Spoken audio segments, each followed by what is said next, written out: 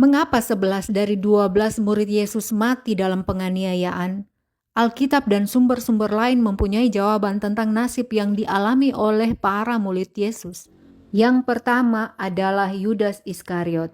Kematian Yudas Iskariot tercatat jelas 2 kali di dalam Perjanjian Baru. Yang pertama dalam kitab Matius dan juga dalam Kisah Para Rasul. Matius mencatat bahwa setelah kematian Yesus, Yudas Iskariot dipenuhi oleh rasa bersalah. Ia kemudian menggantung dirinya pada sebuah ladang, seluruh isi perutnya memburai keluar, dan ia mati seketika. Kedua, Matius. Penulis salah satu Injil ini menjadi misionaris setelah kenaikan Yesus. Matius menginjil ke Ethiopia dan Mesir. Di sana ia mendapat masalah oleh Raja Herodikus. Sang raja bernafsu pada seorang anak gadis bernama Efigenia. Matius menegur raja dengan keras. Matius mengajarkan gadis ini tentang keutamaan pernikahan. Efigenia lalu menolak Herodikus. Raja marah, lalu mengirim pengawalnya untuk membunuh Matius. Matius ditikam oleh pedang hingga tewas. Yang ketiga, Petrus. Petrus dipilih Yesus sebagai pondasi gereja. Ia memberitakan Injil di Roma. Hal ini membuatnya mendapat masalah dengan pihak berwenang. Petrus dijatuhi hukuman mati dengan cara disalib.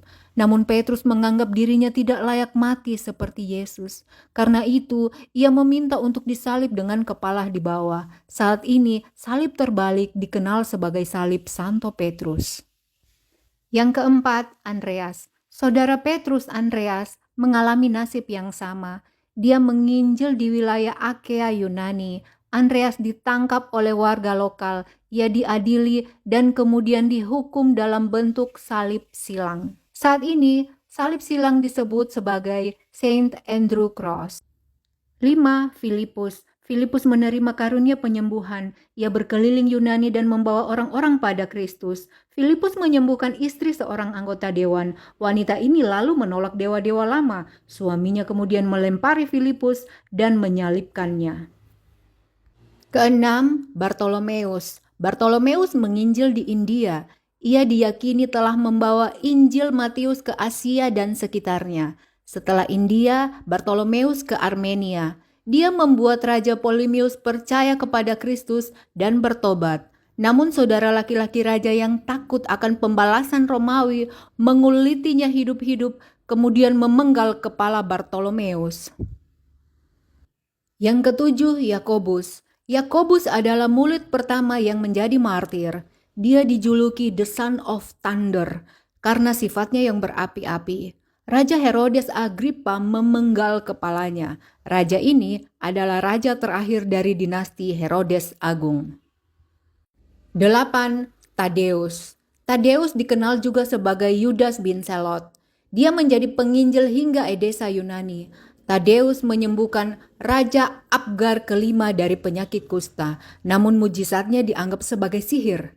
Penduduk lokal memukulinya hingga mati. Kesembilan, Simon orang Selot. Biografi Simon orang Selot agak suram. Dia menjadi seorang pengkhotbah, tetapi dia juga ikut berperang dalam perang Romawi Yahudi yang pertama.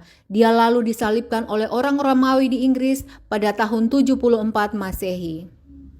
Kesepuluh, Thomas.